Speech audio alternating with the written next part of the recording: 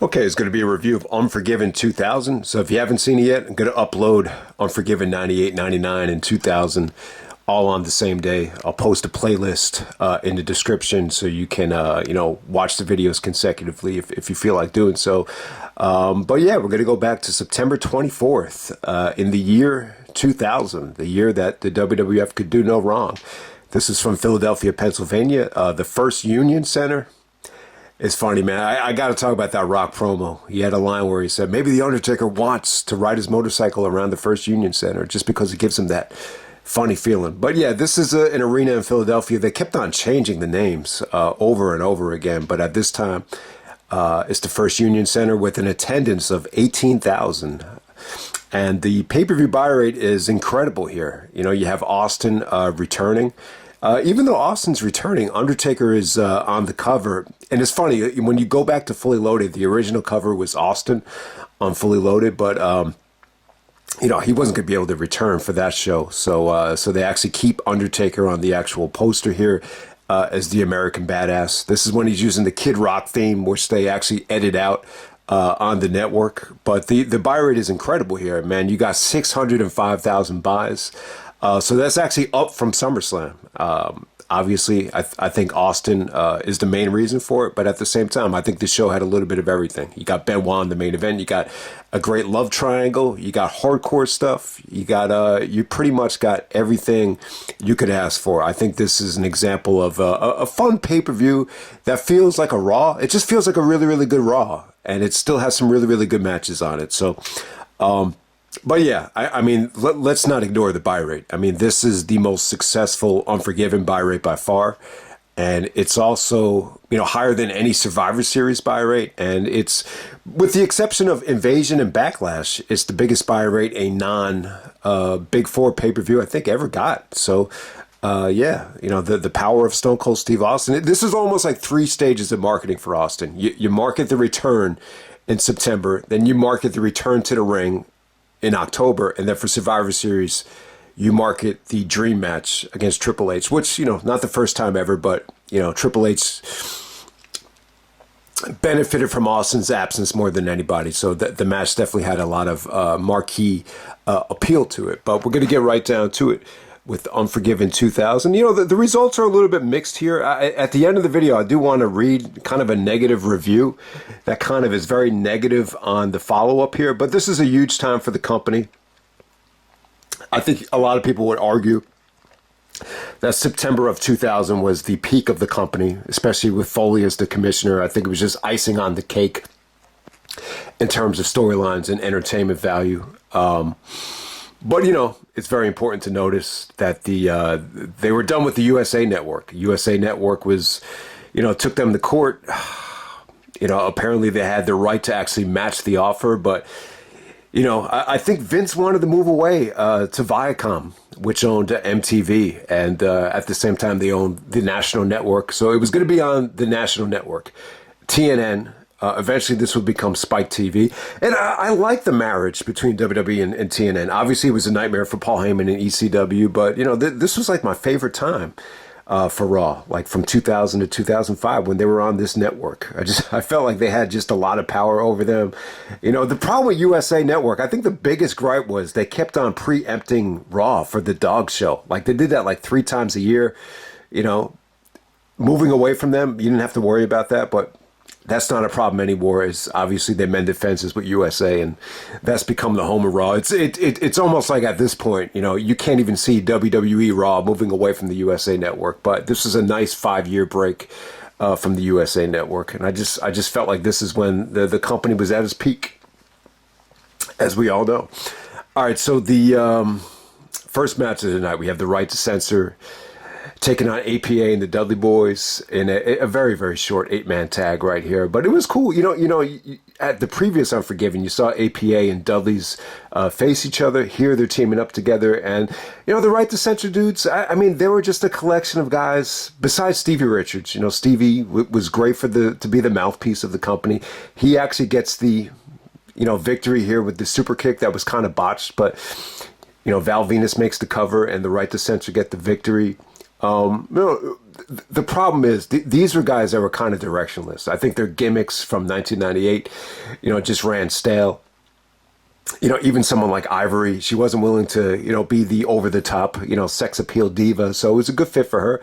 I thought it added, life to the company. But just a lot of people would argue that, if their goal is to censor stuff, why should they care about winning matches? So, but, at the time, I just remember there was a lot of criticism. There was always criticism about, wrestling, whether it was, parents shouldn't let their kids watch wrestling because of the sex, or, you're afraid to get hurt. My best friend ended up getting hurt wrestling. So you had people trying to censor the product, not even just at that time, but, throughout my whole life, I just remember wrestling got a bad rap in the media. So it was kind of like a fuck you to, the media right there. But no, not a great opener, but, they kept it short and sweet. And, the highlight of the show, man, just some of the backstage segments that Austin and Kurt Angle were in. So this is actually the first time you get to see, Kurt Angle and Austin do any sort of interaction. So Austin's looking for the guy that killed him. He actually beats up Kevin Kelly. You see him go face to face with The Rock. Then he beats up some guy named Just Joe. So you get Austin and The Rock. You get to see some good tension there. There's a combination of just respect and tension between Austin and The Rock. The first time they would see each other since 1999, so that was cool. And then you got the highlight of the night. You got the Angle and Austin segment. My favorite part of this segment is that he's actually arguing with these two guys. He's like, I just told you that. This is the world medal. This is the Olympic gold medal. 1995 was the world. 1996 was the Olympics. Like, I already told you that. So he's talking to these two guys, bragging about his medals, and then he starts whistling. Then all of a sudden he runs into Austin. He gives him a honorary gold medal, and he has these two lines that just, it's just hilarious looking back on it. So he's like, it's too late for you to win one of your own, and I'm going to give it to you because it's a pretty good deal. You never really did anything to earn it. So I'd say it's a good deal. And then Austin thanks him at first. And he says, yeah, I'm going to store this in a real special place, Kurt. And he's like, right up your ass. And then he just, beats up on Angle. So it was cool. They were really trying hard to make Austin, it's almost like they really kind of forced the issue with him just, being no nonsense. But right away, straight from the gate, you could see that the chemistry between Angle and Austin was just going to be amazing. I don't know if anyone realized that they were going to go on to, produce that much quality, whether it be backstage or whether in the ring, but it was pretty damn cool. So the highlight would definitely be, you really didn't do anything to earn it. So I'd say it's a pretty good deal. It was like some little baby gold medal too. It was really insulting. And then JR commented on it. So that was pretty cool. And there's more great backstage stuff with Steph and Austin, and there's some great stuff with Foley and Triple H. And then obviously Foley and Angle were, Angle admits that he had diarrhea at the Olympics. And Foley's like, Kurt, I don't care if you had diarrhea at the Olympics. So, these are like raw quality, vignettes backstage. But, they worked well within the context of the show. All right, next up we had Tazz taking on Jerry the King Lawler in a strap match. This is the rematch to SummerSlam. Yeah, so JR was very negative on this. He was just like, they should have never booked this. This is a match that just nobody wanted to see. And I would agree to a certain extent. I thought it was a little bit cold, like in terms of, some of the insults that Tazz was directing at both of these guys. He was really hated at the time. But this is a tough sell, though, to have Tazz in ECW territory in Philadelphia, taking on the king of the anti-ECW guys, Jerry Lawler. So from a crowd reaction standpoint, it just didn't work. And JR even said that he thought it was in bad taste to have Tazz, make fun of his looks. I think Tazz had a line where he said, I would beat the crap out of you, JR, but it looks like God beat me to it, which is kind of a reference to JR with the Bell's palsy. So, yeah, I mean, I kind of thought, this was a little bit rough, but, it featured a great moment, though. It was a strap match. Tazz did some no selling, and there was some goofy selling too. So it didn't go over that well. But, the ending with Raven coming out and hitting the Raven effect on Jerry Lawler, I thought that got a good pop from the crowd. It made sense during Philadelphia. I guess this would be, I could be wrong, but this might have been Raven's, debut. And, so there we go with that. Next up, we have the Hardcore Battle Royal for the WWF Hardcore Championship.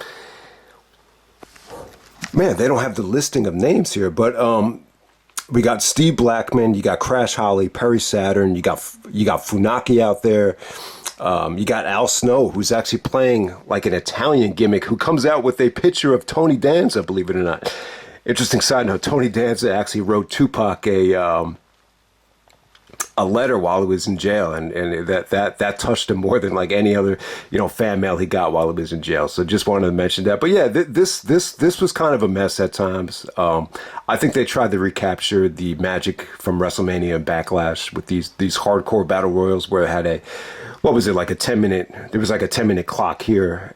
So yeah, if you're not a fan of the 24/7 stuff, you won't like this. The 24/7 hardcore stuff, it's kind of become, especially now, like that stuff never makes pay-per-view. They just use it to kind of fill time. I don't even know if they still do it now with Akira Tozawa and what's his name, K-Quick, Ron the Truth Killings. But, the highlight of this would actually be Terry and Trish actually got knocked down with Al Snow's head. And I think it was Jerry. No. It must have been JR. He just said Trish got head or Terry got head. I don't know. For me, that just didn't work for me. When you think of a female getting oral sex, I very rarely do they refer to it as that they got head. I don't know. It just didn't work for me at the time. But pretty cool match. I thought whenever they were in the ring, you had some really, really good action here. Crash Holly actually pinned Blackman. Then all of a sudden, Perry Saturn actually got the victory on Crash after a couple of trash can lids. So there's a tons of kendo stick shots from Blackman as he won this thing strong once they got back into the ring. Test was actually out there with Trish. So yeah, they don't have the match listing here, but it just felt like way too many guys. But, it was cool. It was cool for Steve Blackman. He got a very convincing victory. I think the mindset was they want to build up Blackman like he's at least a threat. The show was going to revolve around, who ran over Stone Cold Steve Austin. So Shane later in the night would say it was Steve Blackman. So before you have Blackman come out there, I think it helped that he at least got a nice little credible victory over everybody in this hardcore little battle royal. But, this didn't work as well as some of the other ones. But we're going to move on to better things. We got Chris Jericho taking on Shawn Waltman, X-Pac, in a match that was very short, but at the same time, I thought this was better than the Unforgiven match. I think at this time, everything felt crisp. Jericho felt like he won all the fans over. This was clear-cut babyface versus clear-cut heel. I think everything about the Unforgiven match that was a little bit sloppy. I thought it was very well cleaned up here, and I love the match too because at the time, X-Pac was actually using nunchucks. And if you haven't seen nunchucks, there are these weapons. They're like these two sticks that are held together by a chain, and they spin. And, growing up, I was a huge fan of the Ninja Turtle movie, the first one. And my favorite scene in the movie is the nunchuck square-off between Michelangelo and one of the Foot Clan members. And my favorite line from it was when Michelangelo saw the guy was using the nunchucks, he was like, "Another chucker, eh?" So that line always stuck with me throughout my childhood. I always loved that line. I thought the nunchucks was like the coolest weapon that the Ninja Turtles used. So I don't know if anyone's a Turtle fan. I know they did another remake this past summer, but I haven't seen it yet. But yeah, X-Pac was using the nunchucks. He actually attacked him with the nunchucks after the match was over. But while this thing lasted, man, I thought it was cool, man. Jericho finally gets a nice little victory here over X-Pac. He counters the drop kick off the top rope into the walls of Jericho. Pac taps out right away, so it makes Jericho look strong. It's funny, man. This is the first pay-per-view match Jericho won since the Rumble, I believe. I think he won the Royal Rumble match with Chyna and Hardcore Holly, but he lost every single pay-per-view match. He pretty much lost from No Way Out 2000 until SummerSlam 2000. The WrestleMania one, he ended up winning the European belt, but he actually lost the first fall to Benoit with the Intercontinental Championship on the line. So it just goes to show you, man, Jericho is the second most over babyface in the company, but, he's so over, he could afford to lose 7 straight pay-per-view matches. So it's just one of those things where if anyone's a wrestler out there, if, anyone's in the business, I think it just goes to show you that, winning and losing, I don't think you need to take it that serious. If you consistently, work on your character and work on your craft, and you could always stay over, even though even if you lose 7 consecutive pay-per-view matches, like Jericho did. But he's wrestling the best of the best at this time. Several losses to Benoit, several losses to Triple H.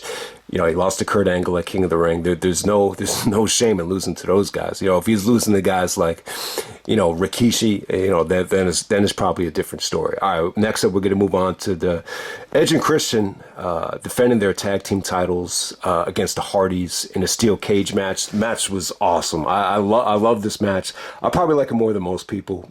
So a lot of different things to say here. So this is where Edge and Christian's historic reign, comes to an end. This is one of the best tag team title reigns ever. I think they won the belts at WrestleMania, so they keep it to Unforgiven.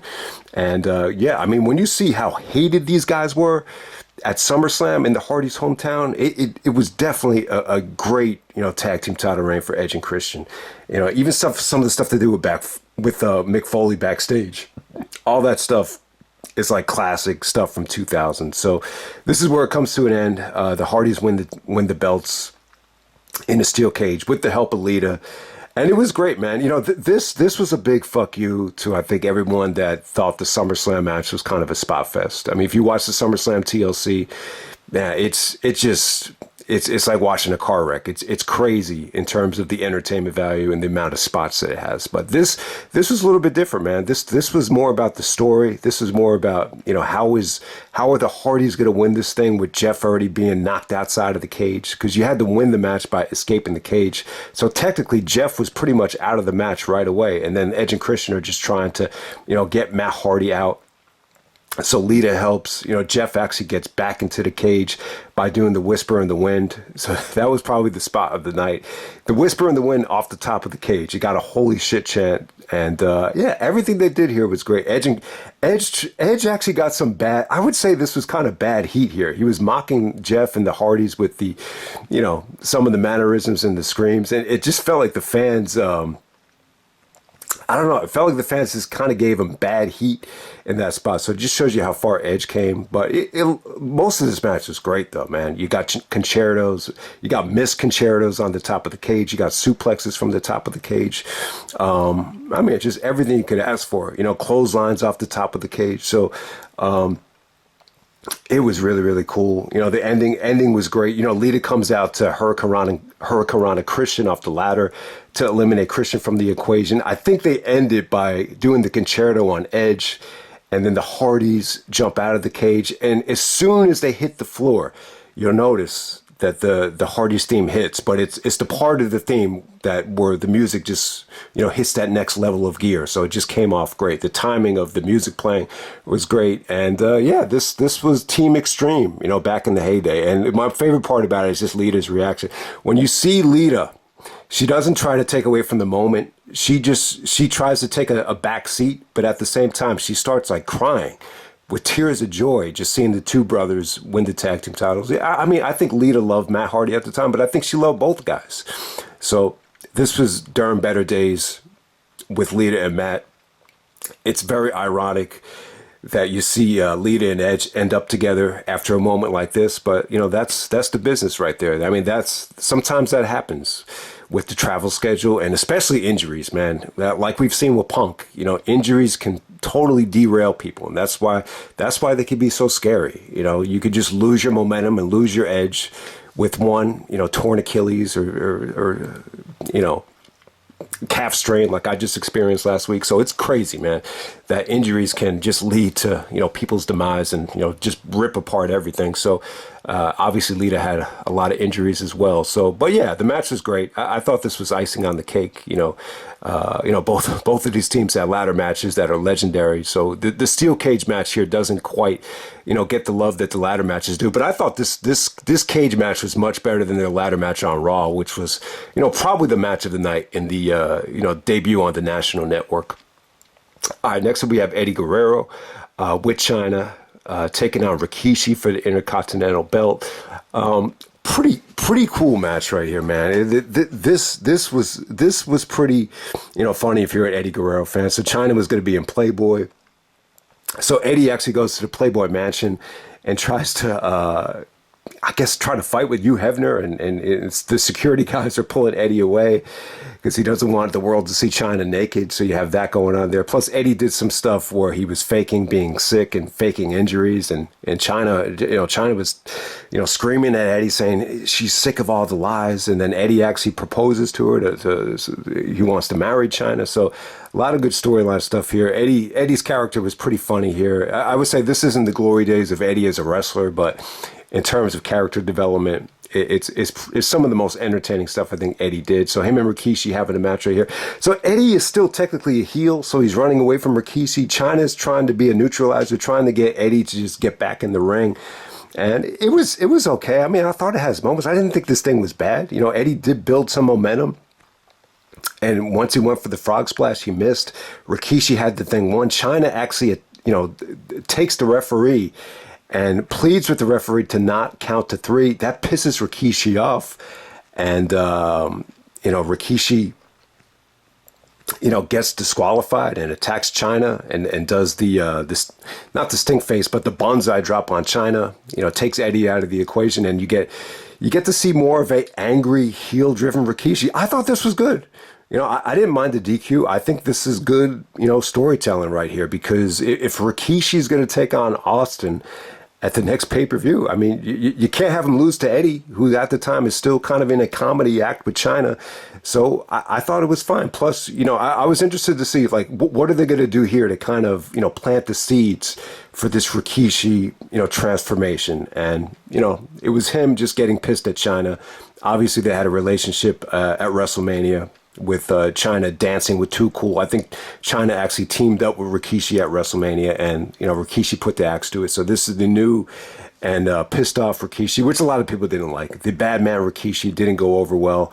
I don't think anyone wanted to see Rikishi in the main event, and this led to him feuding with Austin and feuding with The Rock, and main eventing Hell in a Cell. So a lot of people look at this Rikishi push very negatively, but this is where you could definitely see some of the signs coming out. So it was cool. It was cool the way they booked this. I think they booked it fine. I know JR was pissing all over the disqualification being a lack of creativity, but if you want to have this dude face Austin, I don't think that would have been a good idea to have Eddie go over him. So next up we have the Triple H and Kurt Angle blow-off match to the Love Triangle. So Stephanie McMahon is with Triple H at ringside. Mick Foley is a special guest referee, as it was getting so personal that Foley decided that it finally had to come to an end. So you actually see some positive interaction between Triple H and Foley. They even become somewhat friends, and they even joke around and make fun of Kurt Angle crying,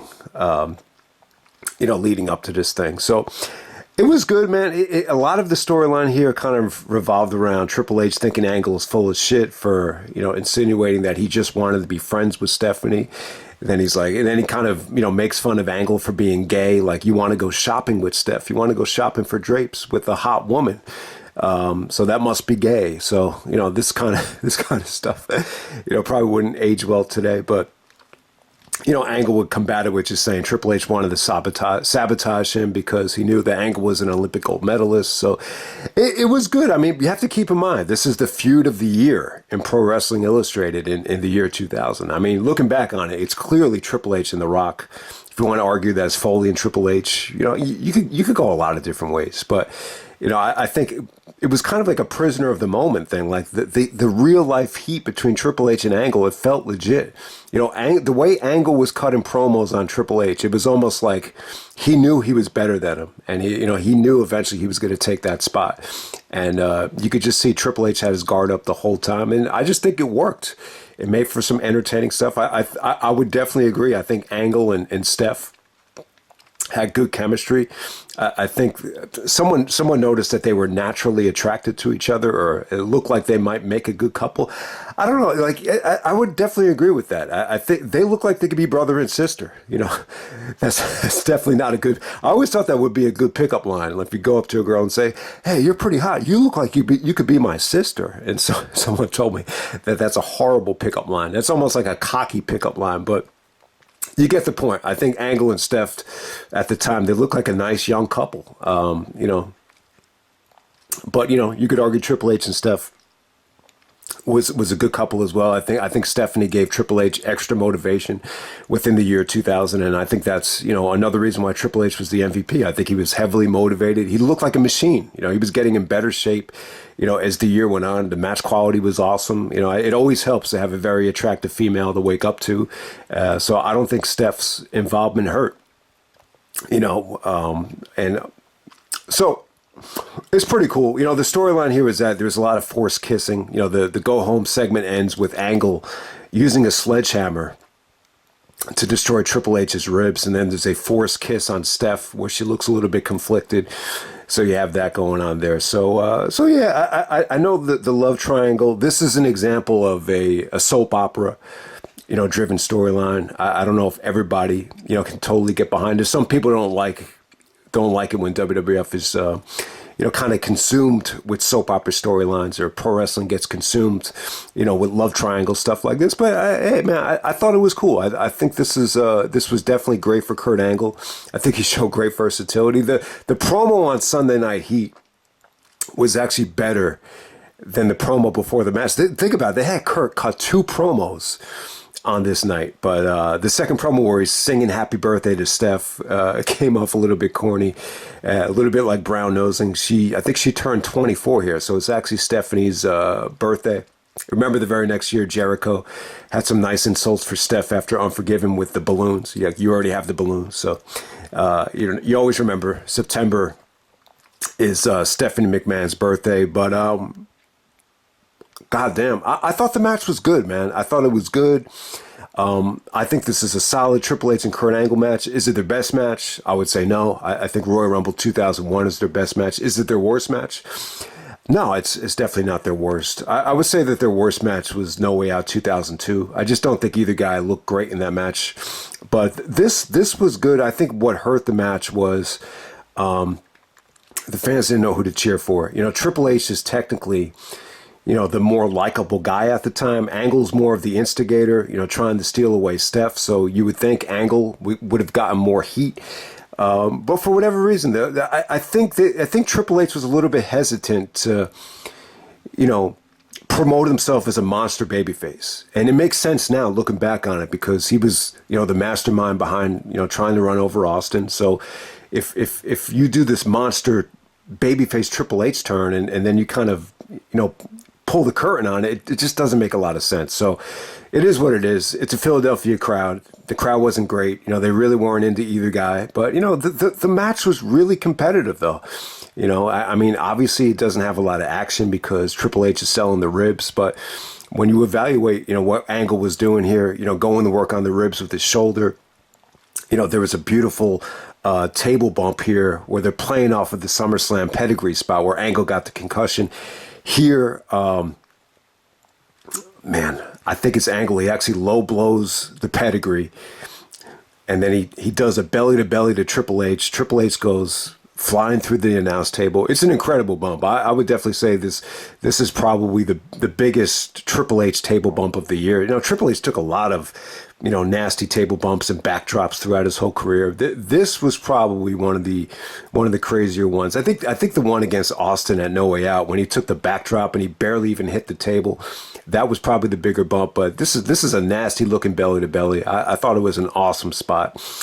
Because Kurt does the belly to belly, so it definitely made sense. It's tougher to execute the angle slam from that angle, if that makes any sense. But when they got back into the ring, Triple H's, one of his arms gave out. He has his ribs all taped up, and, Angle made 2 mistakes. He actually missed him when he tried to spear him into the turnbuckle, and then he missed the moonsault. First time he did the moonsault since he broke Bob Holly's arm, as JR alluded to. And then, Triple H actually hits the pedigree with one hand. So you never seen that. It wasn't an exciting pedigree, but then he kind of tells Steph to get back into the ring and choose. And Steph is just very undecisive.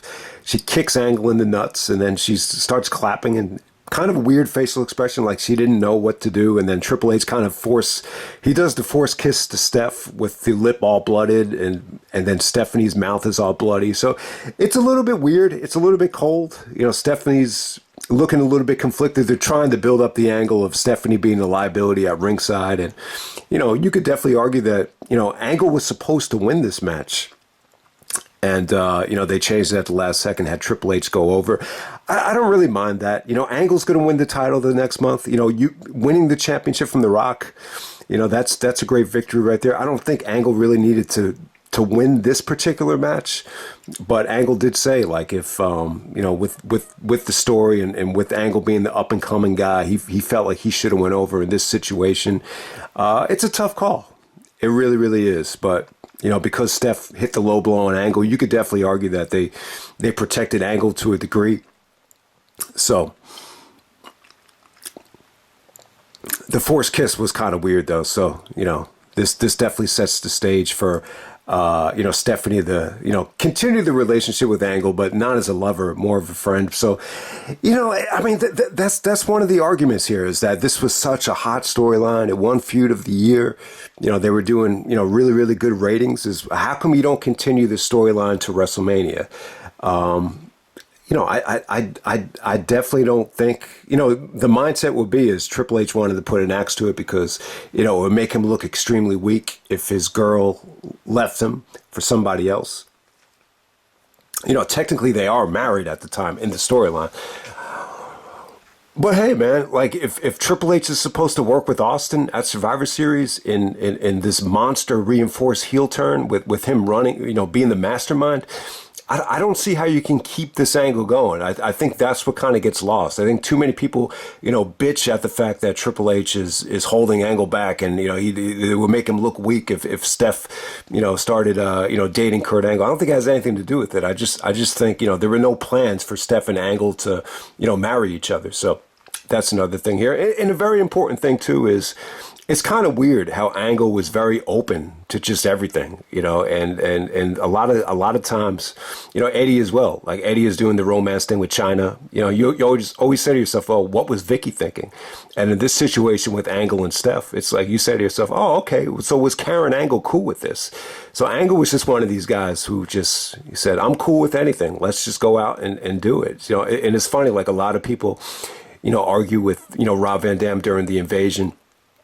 And it's like, oh, how come the RVD push,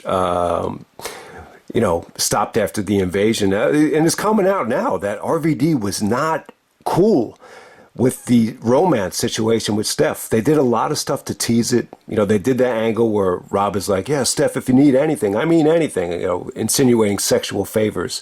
That's the only time they did the thing. And you had Steph really getting behind RVD as the leader of the alliance. But apparently the reason they didn't go with it was, Van Dam just wasn't cool with it because his wife, Sonia, at the time was just very insecure and, would have given, Rob just a lot of shit when they got home. So RVD kind of saw the writing on the wall and was just like, yeah, I'm not cool with this. Let me just wrestle. So who knows? Maybe that's why they kind of used it against RVD, and it had nothing to do with Triple H. So, but I don't know, though. Like, if Steph is married to Triple H in the storyline, there's only so many affairs that I think people could really buy into. So, I know Angle thought he deserved the victory here. And maybe he did.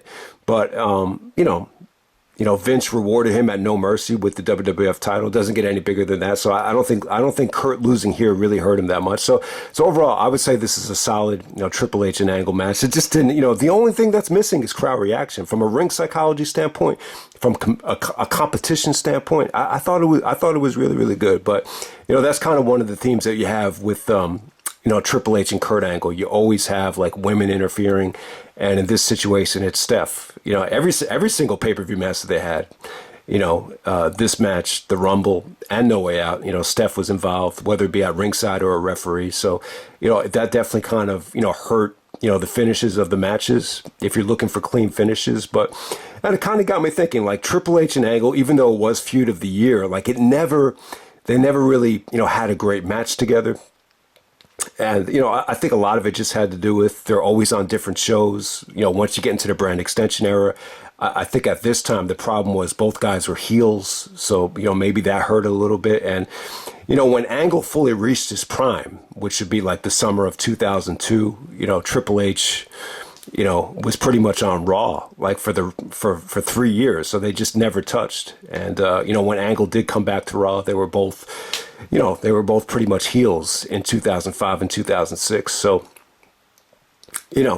and I'm saying to myself, like, what would have been the perfect time for Triple H and Angle to feud with each other? Maybe it was during the Invasion, but at that time, Triple H was injured, so the timing just never, aligned for them to have that classic match. And so you always say to yourself, what if? But, they're always going to be known for producing a great storyline, a great feud. The feud of the year in 2000, according to Pro Wrestling Illustrated. But, in terms of any of their matches, I don't know if they've ever really had a 4-star match. I really don't. Maybe some of the television matches they had on, Raw in 2002 would so I think some people gave some of those matches, high ratings. I think their best work might have been the night after No Way Out, where they really redeemed themselves and just had a clean match. But, yeah, I mean, the pay-per-view matches, I don't know if you could argue that any of them hit the 4-star level. The best one would be the Rumble, though. I think the Rumble definitely had the best work between both guys. But even that match, like, they were arguing with each other about, who should be the babyface or who should be the heel. And, Angle was saying to Triple H, like, you got to be the one to be the babyface because they respect you more. Then Triple H was like, no, I could turn the fans against me. And it just didn't work. So you got that going out there. But, yeah, still a solid match, though. Solid match. I think it's better than people give it credit for, looking back on it. But, the Steph ending isn't a great ending. It's more of a story ending with the indecisiveness and, leading to, the liability at ringside stuff.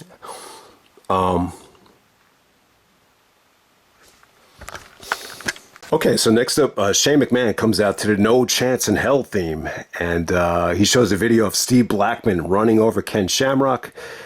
When Blackman steps out of the vehicle, he looks like he just got back from the gym, and just says, "Yeah, it's Steve Blackman that did it. He has a history of reckless driving, vehicular homicide, so it's definitely Steve Blackman that did it." Then Blackman comes out, and he's kind of angry with Shane. Then all of a sudden, Austin just kind of abruptly comes out of nowhere to the pop of the night. Huge pop. JR sold it well. And I mean, you got to keep in mind, this is the first time you've seen Austin since Backlash on pay-per-view. First time you've seen him in a long time. So, the fans were really excited to see him. So he actually stuns Steve Blackman. And then he starts drinking beer with Shane.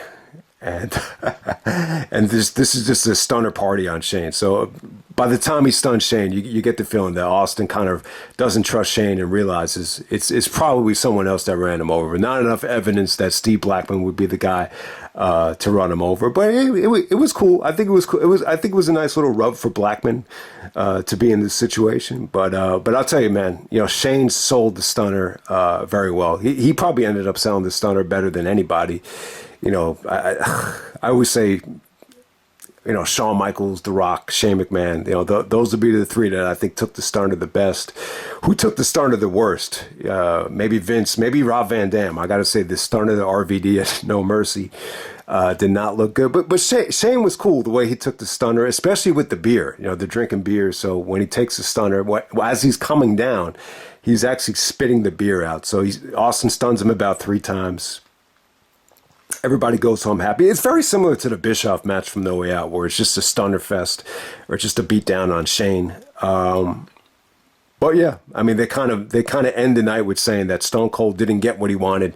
He didn't find out who ran him over. So that's kind of one of the criticisms with the pay-per-view is that you didn't get any closure on who ran Austin over. But at the same time, like, Raw's going to a new network. You have a ton of television until you get to Survivor Series. So to me, you just want to see Austin. You just want to see him, just stun somebody. I don't think you needed to have the blow off, or you didn't really need to find out exactly who ran him over right away. But, they teased it with Blackman. I thought it was fine. I thought it was cool.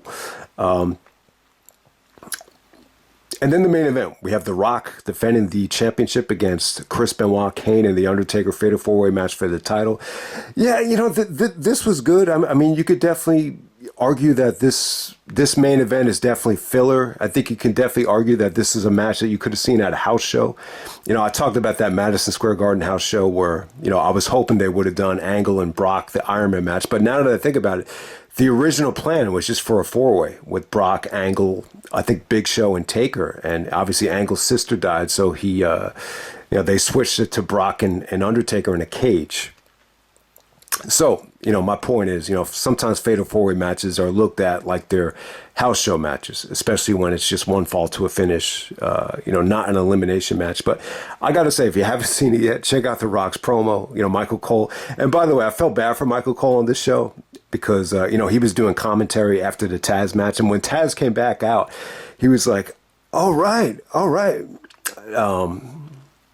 Well, it was Jerry Lawler. I'm sorry. He was like, all right. It's the King, not Tazz. So Michael Cole has come a long way since then, but he's actually interviewing The Rock here, and he's like, Rock is Benoit, Kane, and Taker want your title. And then The Rock is like, they want. Well, guess what? Maybe Kane wants a set of matches so he can light his big red ass on fire. Do you ever think about that? Or maybe Chris Benoit wants a pet Wolverine so he can lick its left testicle. Do you ever think about that? Or maybe Undertaker wants to ride the motorcycle around the First Union Center because it gives him that funny feeling. So that was kind of like, what the fuck? But it is true, though. I remember being out of Ride a Great Adventure, and this one kid was just like, hey, man, you feel that? It feels like you're having sex. Man. So, I don't know. That whole promo from The Rock was crazy. The lick its left testicle thing. God, man, sometimes The Rock just comes. You just never know what the hell he was going to say back then. So that's what made him great. But yeah, kind of a predictable match. I think everyone knew this was just, Benoit, Kane, and Taker just wanted a title shot. This is where Taker takes the line from Ving Rhames in Pulp Fiction. He actually says, I'm going to get medieval on your ass. Benoit wants his title shot. So it's cool. It's a cool pay-per-view. Putting Benoit in the main event here. You get a little bit of everything on this show. I mean, this fatal four-way match right here, I think the highlight was just the back and forth between Rock and Benoit. I think it would have been a tough sell to do Rock and Benoit again on pay-per-view. They were going to have a match the next night. So this way you could have Taker in the match. Taker at the time was very, he was kind of overweight and he wasn't moving that well. So I think he really wasn't ready for the burden of having a main event quality match by himself. I thought Kane was good here. Kane looked like a monster. I didn't think Kane looked great. The stuff between Kane and Taker was probably the most lethargic part of the match, but it was cool how they booked this thing. So Benoit actually wins the belt here. There's a lot of, chair shots here, and ultimately Benoit actually, hits Taker with an unprotected chair shot. Taker gets his foot on the rope, but Earl Hebner had already taken a bump and didn't see it. So Benoit gets awarded the WWF Championship. The fans didn't really buy into it. Foley comes out of nowhere. So for the second time in less than 2 months, Mick Foley actually strips Benoit of the title and reverses the decision and restarts the match. So yeah, it's kind of symbolic because, when you watch this back, it kind of reminds you, I don't think Foley is a huge fan of Benoit. And I know this is just a storyline here. I don't think Foley had anything to do with, taking the belt away from Benoit in real life. But it's kind of symbolic, though, because if you watch the Dynamite Kid, Dark Side of the Ring, Foley says that there's been a lot of imitators of the Dynamite Kid, but there's only been one Dynamite Kid. I mean, I'm not the biggest fan of the Dynamite Kid. I mean, there's a load of work I haven't seen. The match with Tiger Mask in New Japan from '82. I know that was a match of the year. I know he had some great stuff with Brett and Stampede. I know there's a lot more to the catalog than just the WrestleMania 2 match where they stole the show, the British Bulldogs. Well, I don't know. From the little I've seen, I just think Benoit is just a new and improved athletic version of the Dynamite Kid, and I think Benoit took a lot of influence from other guys as well, not just Dynamite. But I don't think Benoit's a Dynamite Kid ripoff. I mean, he's my favorite wrestler of all time. In the actual ring. Do I think he's the best superstar of all time within WWE? No, my choice would be Brett. But overall, I would go with Benoit. So I got to stick up for my guy, especially in the ring. I think Benoit has been the best. But this was cool though, man, because Rock, Kane, and Taker, they gang up on Benoit. There's this metal, Unforgiven, setup where it's just like steel metal, and they just throw Benoit stiff as hell. into the metal, and yeah, Benoit took some nasty headshots there, but once it got back into the ring, it was pretty cool stuff. Like I said, man, like, you know, there was a large portion here where Kane and Taker were just outside the ring, and you know, Rock and Benoit were just able to do their thing. Just, you know, a lot of chemistry between them. You know, Benoit hit the trifecta of German suplexes. You know, Benoit actually broke up the People's Elbow, which got kind of a mix. You know, it got a lot of boos, but at the same time, Benoit definitely had his supporters. There were some people that were going crazy, you know, when he had the crossface locked in. But you know, it was good. You know, Kane and Taker, you know, they weren't great, you know, throughout the majority of the match, but it definitely had its moments where, you know, Taker was able to hit the last ride and the choke slam, and you definitely had some nice, you know, finishers and some good breakups. So it was well paced for them. And then the ending, it doesn't make a lot of sense, but if you combine to the fact that Kane was more interested in keeping Taker away from the belt than actually winning it, it definitely made sense. So, you know, Rock is able to fight off the crossface, and he's able to put Benoit away with the rock bottom. I thought this is a strong main event. I thought it was cool. You know, the fact that Benoit takes the pinfall, I don't think it hurts him, because you did, you know, award him the championship only to have the decision reversed. So at the time, I wasn't really watching that religiously at the time, but I do remember Benoit was heavily involved in the main event scene. And I just think Rock needed a reliable, good heel to work with that wasn't named Triple H. And, you know, that's what Benoit brought to the table. Credibility. He was a WCW wrestler that never lost the WCW title. So, you know, the Rock and Benoit stuff was great. I wish, you know, yeah, obviously I wish this could have been a rematch straight up one-on-one. But at the time, you know, this is a great way to utilize Undertaker without putting too much pressure on him going one-on-one. So yeah, I think this is a great show. Unforgiven 2000. You know, I would say the Hardy Boys winning the titles in the cage match. I would say that's match of the night. You know, the stuff with Triple H and Angle, it was just a cool story. It's a good. The story is better than the actual match. And you know, the main event, I thought it delivered. I thought it did deliver. You know, Rock at the time, you know, any time he was, you know, promoted to go out there in the main event, you knew you were going to get something quality. And when you combine the fact that he's in the ring with the master machine like Chris Benoit, the technical machine, you know what to expect there. So that was cool. Jericho and X-Pac, that was probably the match of the night on the undercard. And you know, the backstage stuff is icing on the cake. You know, Foley as the commissioner, you know, just brought a lot of positivity to the company at the time. So this is Unforgiven of 2000.